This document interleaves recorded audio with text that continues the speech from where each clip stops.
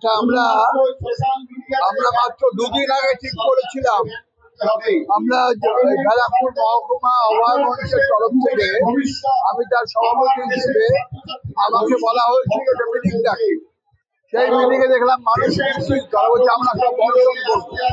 তখন আমরা দুদিনের প্রস্তুতিতে এই ধরনের একটা অনুষ্ঠান করলাম, যেখানে দেখা গেল প্রায় 30-40 জন ছেলে মেয়ে এগিয়ে এলো, তারা অনশন করবে।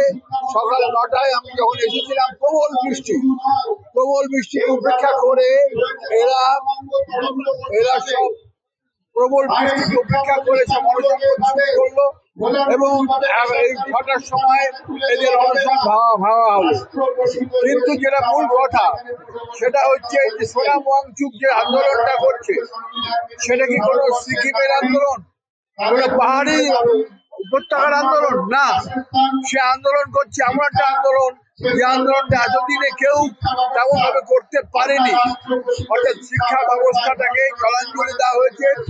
পশ্চিমবাংলায় গত 15 বছর ধরে শিক্ষা ধ্বংস করে দেওয়া হয়েছিল। কেন্দ্রীয় স্তরে যে আরো বড় ব্যাপক চক্রান্ত হচ্ছে সেটা হচ্ছে নিট পরীক্ষা নিট পরীক্ষা দুর্নীতির জন্য বাতিল করে দেওয়া হচ্ছে।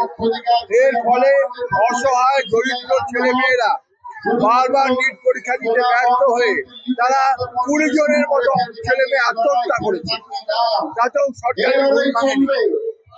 সোনাম ওয়াংচুক বলেছেন যে শিক্ষার ব্যাপারে এই দুর্নীতিকে অবসান করতে হবে।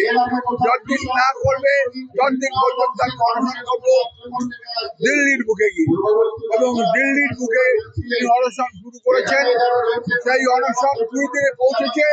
এখনো মন্ত্রীদের কারণ দায়িত্ব করেনি একবার সে দেখা করার, বরঞ্চ পুলিশ নির্মম ভাবে তাকে তুলে নিয়ে গিয়ে হাসপাতালে ভর্তি করে দিয়েছে।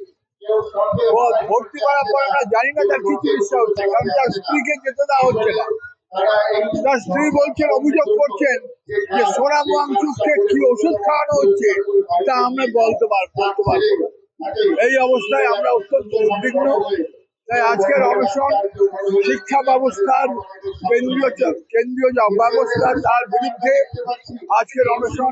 সোনাম ওয়াংচুকের জীবন, অমূল্য জীবন, এরকম একটা মানুষ যে মানুষ বিজ্ঞান সংস্কৃতি সব দিক দিয়ে একটা অগ্রবর্তী চিন্তার মানুষ, তার জীবনকে বিপন্ন করার বিরুদ্ধে আজকের এই আন্দোলনে আমরা ব্যারাকপুরে মানুষ তারা দিচ্ছি।